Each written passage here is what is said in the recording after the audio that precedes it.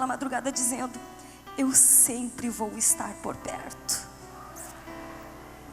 Sabe, amados, daí há 2 sábados meu esposo foi para a igreja, pois continuávamos ainda na liderança da educação em Campo Comprido. E ele foi para a igreja para aquele jejum que tínhamos todos os sábados pela educação na igreja.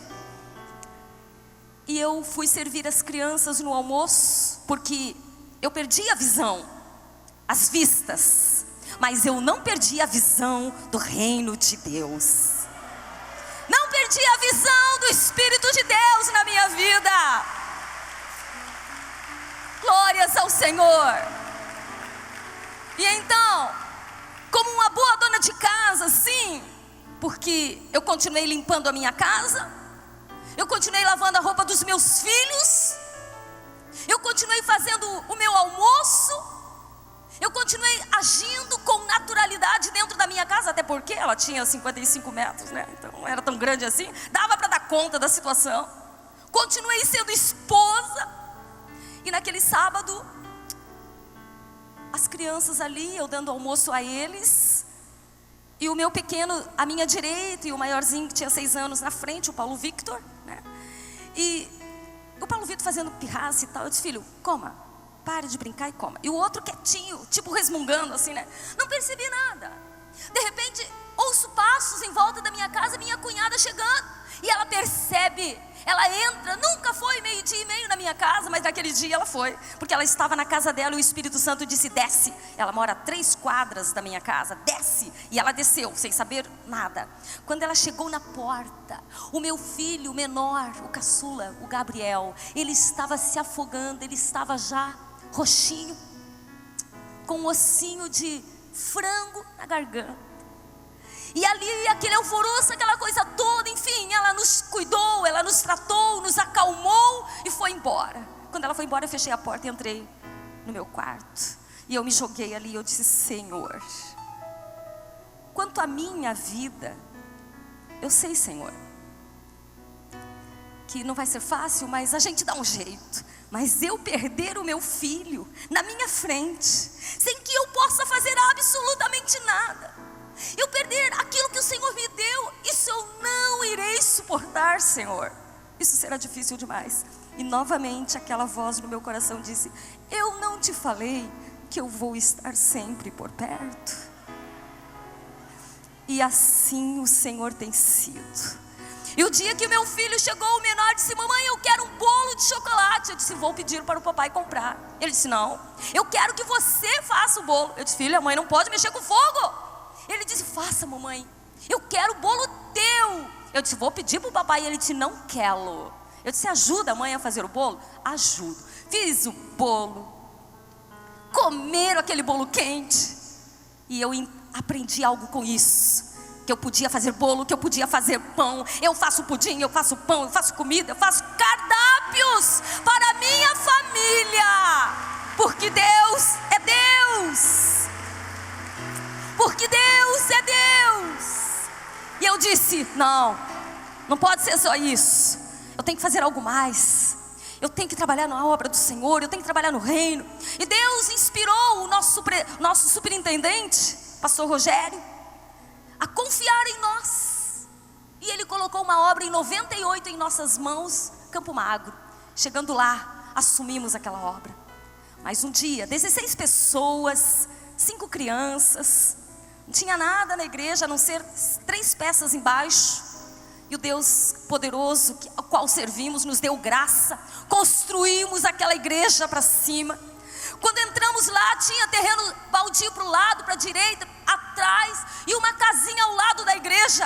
Pastor Paulo pegou o óleo, foi lá naquele terreno horrível, disse: todo lugar que pisar a planta dos nossos pés, Deus vai nos dar. Então compramos o terreno ao lado, pagamos com aquelas 35 pessoas que estavam ali conosco. Deus nos deu graça, era bazar, era churrasco, era jantar, tudo que você sabe, que a gente sabe fazer quando a gente quer servir a Deus. Compramos o terreno do lado, e aí a irmã que morava do outro lado, né, uma moça, ela disse: agora, pastora, como é que eu vou sair daqui? O pastor disse que isso aqui também é de Deus, onde que eu vou morar? Aí eu disse: calma, minha amada, Deus vai preparar o melhor para você, se assim Ele quiser. Depois de 2 anos, recebemos o terreno do lado também, e estamos construindo salas para a educação ali. E o terreno de trás que tomamos posse, o prefeito agora, esses últimos dias, na semana passada, ele nos liga, falando que o nosso pedido foi aceito na prefeitura, um comodato para a igreja do Evangelho Quadrangular, para que nós possamos fazer um trabalho social ali. Glória a Deus! Deus é Deus! Mas a gente não pode esperar o tempo passar. Nós temos que ganhar tempo para conquistar o reino de Deus. E eu resolvi estudar, fui estudar Braille. Cheguei lá, fiquei 2 anos, fui alfabetizada, não consegui desenvolver a leitura fluente. E perguntei à minha professora: escuta, eu preciso terminar meus estudos, eu quero concluir, eu preciso dar prosseguimento. Ela disse: se você não lê, minha querida, não vai dar certo. Eu disse: mas não tem outro jeito mais simples? Não tem. Eu digo: então não venho mais também. Assim eu sou, muito decidida. Tem que fazer, eu faço. Tem que falar, eu falo. E vamos embora. E eu saí de lá. E em casa eu dizia: Deus, tem que achar um jeito. Eu preciso estudar. Até que veio um curso do Banco Bradesco. Deus faz coisas fantásticas, maravilhosas. Eu disse: opa. Era um curso de informática para deficientes visuais.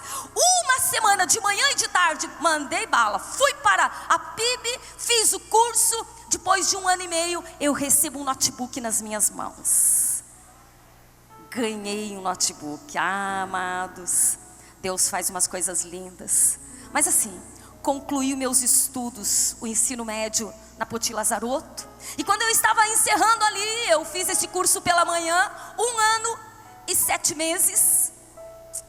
No final, no último dia, eu estava naquela sala fazendo a minha prova, quando de repente eu ouço aquele barulho em nossa volta. Minha volta, tinha outros professores ali e tal, né? Ali na Francisco, onde está o ITQ hoje do centro, né?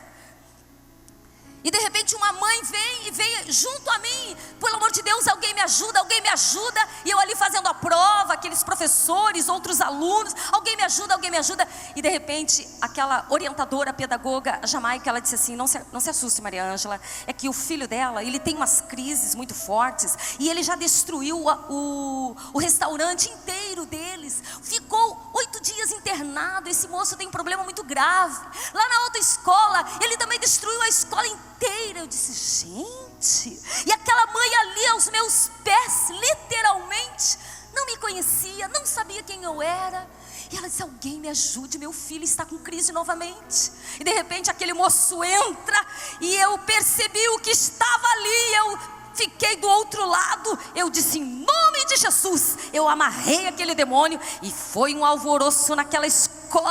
E aquele demônio se manifestou, e de repente ele ficou amarrado para trás. E eu quero dizer para você, aqueles professores ficaram atônitos, não por causa da minha vida, mas por causa do nome de Jesus. Aquele moço era muito grande, e o poder de Deus foi maior. E aquele moço ficou liberto naquela hora, para a glória do nosso Deus. Ali naquela escola, se você quiser constatar isso, você pode chegar até lá e perguntar pela Jamaica e esse episódio. Aí aquele moço sentou-se, e aquela mulher falou: você quer ir para casa? Não precisa você fazer a prova hoje para ele, né? Ele disse: não, estou bem. Você quer uma água? Não, estou bem. Maria Ângela, você quer alguma coisa? Não, estou tranquilo. O rapaz fez a prova. Eles falaram, os professores: isso não é possível, porque este moço fica mal, ele vai para o hospital. Mas o poder de Deus estava ali. Eu perdi a vista, mas eu não perdi a visão do reino do nosso Deus, porque Ele é poderoso. Sabe, amados, eu quero dizer uma coisa para você. Deus me deu a graça. Deus me deu a graça de ser levada até a Faculdade Batista do Paraná, Faculdade Teológica Batista do Paraná. Um casal de amigos levou-me até lá. O diretor, o reitor daquela faculdade, conversou comigo, e ele disse: então você vem fazer vestibular. Eu disse: no ano que vem farei, vou preparar-me. E ele falou: não, é amanhã. Eu disse: professor, olha, eu não estou pronta. Ele está assim, tudo que está aí dentro, você vai fazer amanhã e vamos ver o que vai dar. Fiz o vestibular. Na sexta-feira recebi a ligação do diretor e ele disse: você é a mais nova caloura, você é a pioneira, deficiente visual aqui na Faculdade Batista do Paraná. E eu disse: a responsabilidade quadrangular é grande sobre mim. E Deus me deu uma grande vitória. 4 anos, saindo às 5h30 de casa, voltando meia-noite para casa, de van, né? Então assim, a primeira a ser pega, a última a ser deixada em casa, trabalhando na igreja, trabalhando em casa, estudando, dando conta da minha casa, porque até o ano retrasado eu toquei sozinha toda a minha casa, com toda a infraestrutura, visitando, estudando, com a força do meu Deus, pois Ele me cingiu com a sua força.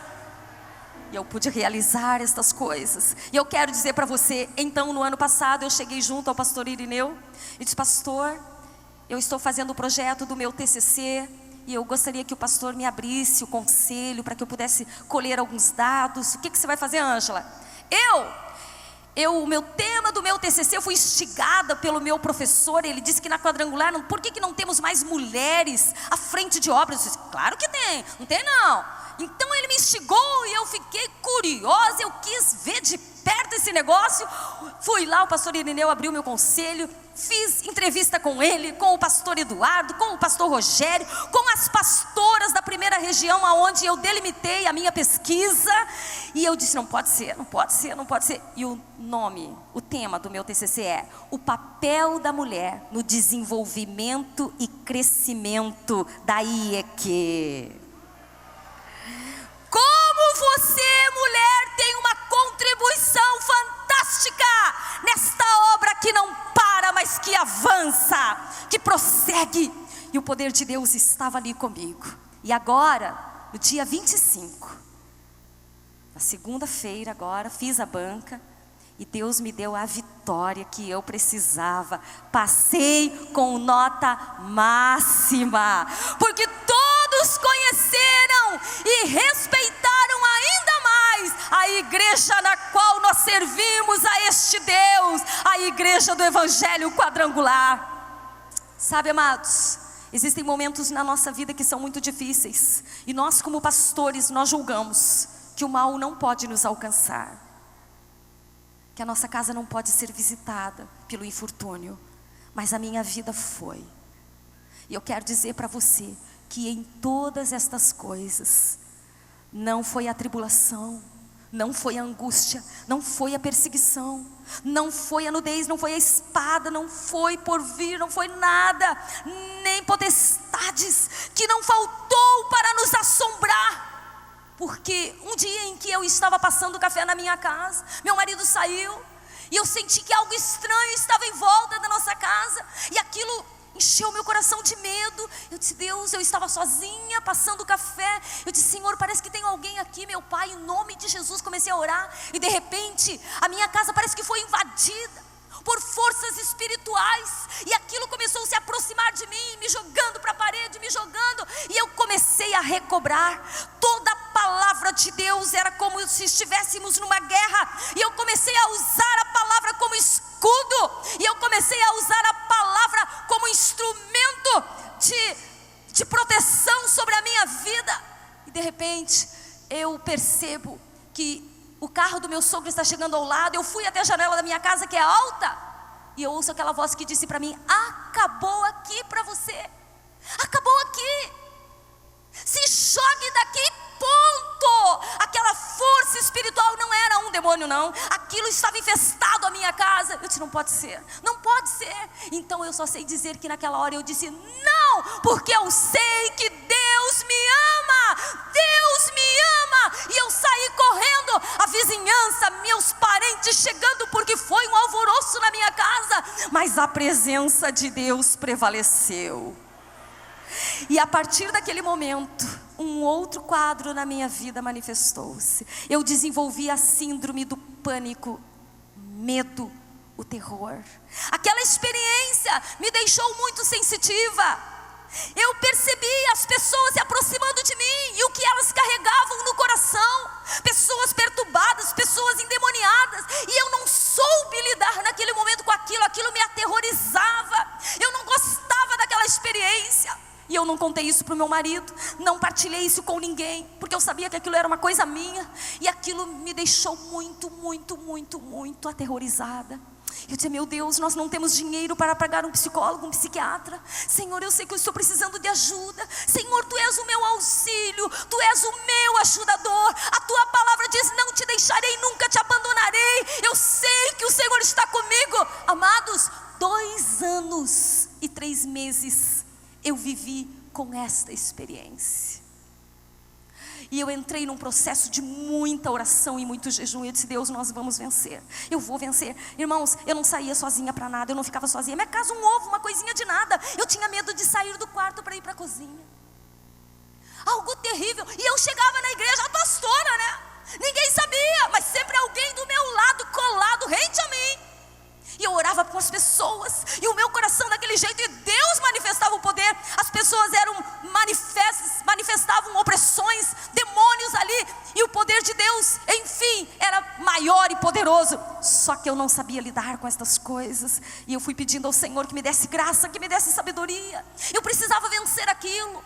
Por 3 vezes eu molhei a cama, por não querer sair na madrugada do leito.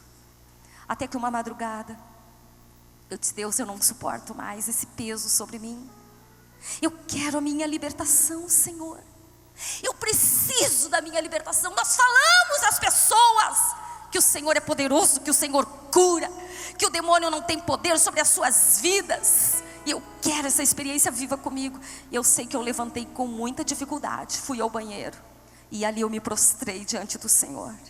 E eu senti naquela madrugada aquele jugo, aquele peso sair de sobre os meus ombros.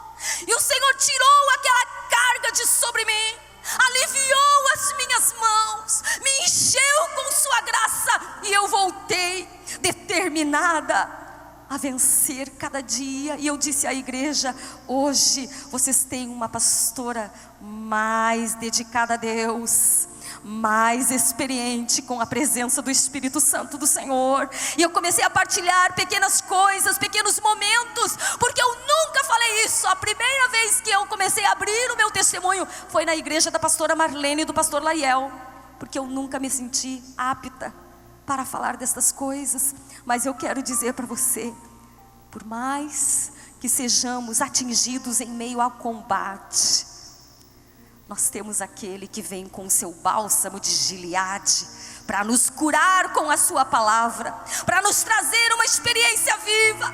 E eu quero dizer para você: o Senhor nunca me desamparou. Por que aconteceu isso, pastor? Não sei. Nunca tive coragem de perguntar para Deus. O meu cunhado, ele é sargento da aeronáutica, e ele chegou: Ângela, agora que aconteceu tudo isso na tua vida, você vindo da igreja, passando uma noite em oração, isso ter acontecido com você, com teu marido, vocês podiam ter morrido lá, você vai continuar indo na igreja?